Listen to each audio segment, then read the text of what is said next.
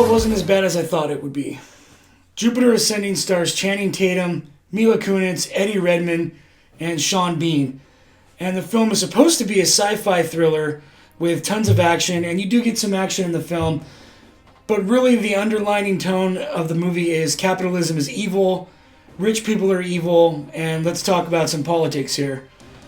The movie in itself, the story is somewhat engaging because they take a lot of myths about aliens and lizard people and reincarnation and tie that in with alien cultures and the universe.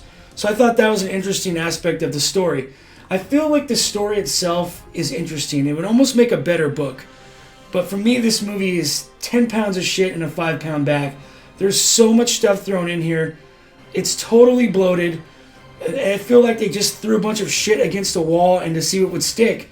Because there's so much going on here, you feel like it needs to be told in 3 movies instead of 1, even though they clearly set up the ending for a possible sequel.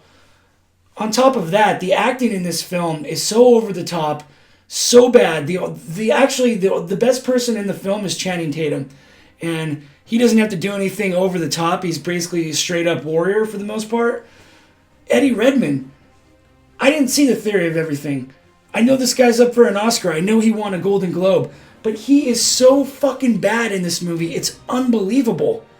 I mean, his villain portrayal is so over the top and so mind-numbingly painful to watch. It's just atrocious to see. Mila Kunis feels like she's miscast in this role.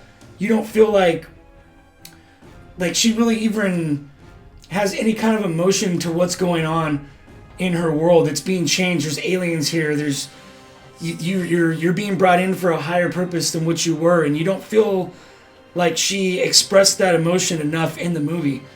And on top of that, the CGI at certain points looks really, really shoddy. It doesn't look polished at all. The action scenes are shot where the camera is too close to the scene itself, and it's hard to follow what's going on.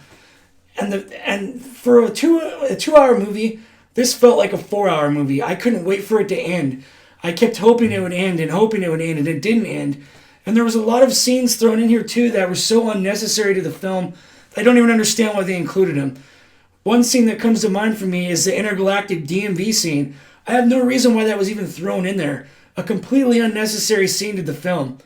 But I do give the film credit for having a lot of creativity, and the story itself is very creative and it's original, and I appreciate the take on that and how they did try to tie in these ancient mythologies with the film. So for me, I'm going to give the film a 5 out of 10. It's not as bad as I thought it was going to be, not even close, but it's definitely not a good film either. So what'd you guys think of the film when you see it? Let me know below. Please like this video, subscribe, and as always, thanks for watching.